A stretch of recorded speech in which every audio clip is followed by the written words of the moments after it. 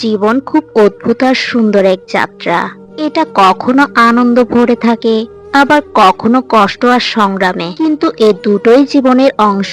এগুলো মিলেই জীবনকে পূর্ণ করে। জীবনে আমরা অনেক স্বপ্ন দেখি, অনেক আশা করি, সব স্বপ্ন হয়তো পূরণও হয় না, কিন্তু সেই স্বপ্নগুলোর পেছনে ছুটতে ছুটতেই আমরা মানুষ হিসেবে বড় হয়ে উঠি। কখনো কখনো জীবন আমাদের কঠিন পরীক্ষার সামনে দাঁড় করায়, তখন মনে হয় সবকিছু থেমে গেছে, কিন্তু সত্যি কথা হলো কষ্টের সময়টা আমাদের সবচেয়ে বেশি কিছু শেখায়। জীবন আমাদের শেখায় ধৈর্য ধরতে হবে, আশা রাখতে হবে, ছোট ছোট সুখকে মূল্য দিতে, কারণ শেষ অবধি জীবনের সৌন্দর্য বড় বড় অর্জনে নয়, বরং ছোট ছোট মুহূর্তেই লুকিয়ে থাকে। তাই যতই বাধা আসুক, জীবনকে ভালোবাসতে হবে, নিজের স্বপ্নকে আঁকড়ে ধরে সামনে এগিয়ে যেতে হবে, কারণ প্রতিটা নতুন দিন মানে নতুন একটি সুযোগ। মনে রাখবেন, জীবন একটাই, আর এই একটি জীবনকে সুন্দর করে গড়ে তোলার দায়িত্বও কিন্তু আমাদের নিজেদের। জীবন সম্পর্কে অনেক কথা বলেই ফেললাম, এবার না হয় নিজের সম্পর্কে কিছু বলি।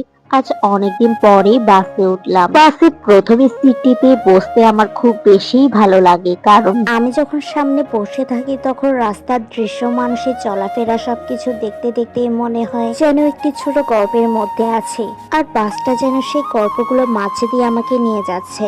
প্রতিটা মোড়, প্রতিটা রাস্তা, প্রতিটা দৃশ্য যেন নতুন এক অধ্যায় খুলে দেয়। তখন মনে হয় বাস শুধু গন্তব্যে পৌঁছানোর জন্য না, বরং এই পথের প্রতিটা মুহূর্ত উপভোগ করার জন্য। হয়তো এই কারণে বাসে উঠলে আমার প্রথম সিটটি খুঁজতে ইচ্ছে করে। বাস থেকে নেমে পড়লাম, আর আগ্রাবাদে এই মুহূর্তটিতে যেন খুঁজতে লাগলাম টেম্পো।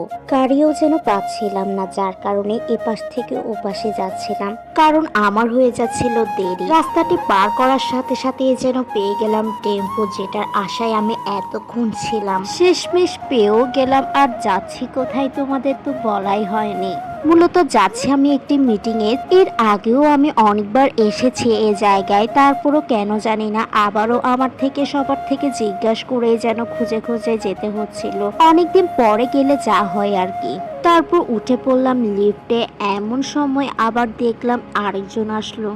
খুব নার্ভাস লাগছিল, কারণ একে তো দেরি হয়ে গেল, তার উপরে ফার্স্ট টাইম কোনো মিটিং এ যাচ্ছি। সব মিলিয়ে যেন মনের মধ্যে ভয় কাজ করছিল। তারপর আমি খুঁজতে লাগলাম যে কোথায় গিয়ে বসবো বা কোন জায়গাটিতে মিটিং চলছে। প্রথমে যে রুমটি দেখছেন, এই রুমটি দেখেই যেন আমার প্রথম দিনের কথা মনে পড়ে গেল। একটা সময় এই রুমে আমি ইন্টারভিউ দিয়েছিলাম, এখন আমি এই রুমটা পেয়ে গেলাম, যে রুমটার আশায় আমি ছিলাম।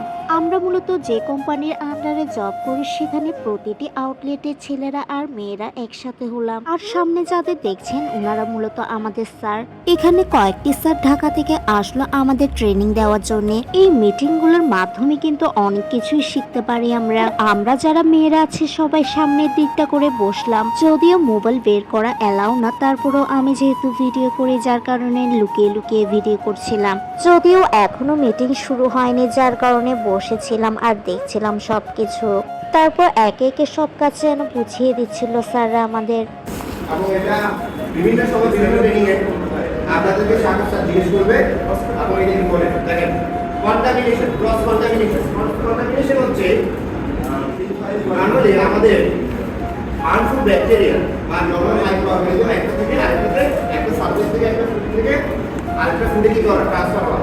সহজ ভাষায় বলি, মনে করেন আমি মাংস কাটলাম বা মাংস রিলেটেড কোনো একটা কাজ করলাম, মাছ ধুইলাম, ওখানে কি থাকবে, ব্যাকটেরিয়া থাকবে, স্বাভাবিক কাঁচা মাংস মনে করেন, ঠিক আছে। এখন ওই হাত দিয়ে আমি যদি একটা বার্গার বা অন্য কোনো একটা ব্রেড কাজ করি, তাহলে ওই মাংসের ব্যাকটেরিয়া ব্রেডে যাচ্ছে না।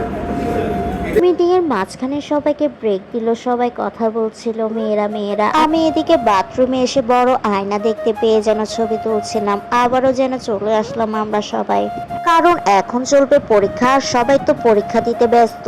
যেহেতু অনলাইনে এই পরীক্ষাটি দিয়েছি, যার কারণে এতটা ঝামেলার মধ্যে পড়তে হয়নি। এদিকে তো আরেকজন দেখে এখনো সবকিছু দাগাচ্ছিল। সবকিছু শেষ করে যেন একলা একলা চলে যাচ্ছিলাম বাসার উদ্দেশ্যে। আচ্ছা বলুন তো আমি কোথায় আছি, আর জায়গাটির নামটা একটু বলে যাবেন প্লিজ। আজকের মতন ভিডিওটি এখানেই শেষ করলাম। আল্লাহ হাফেজ।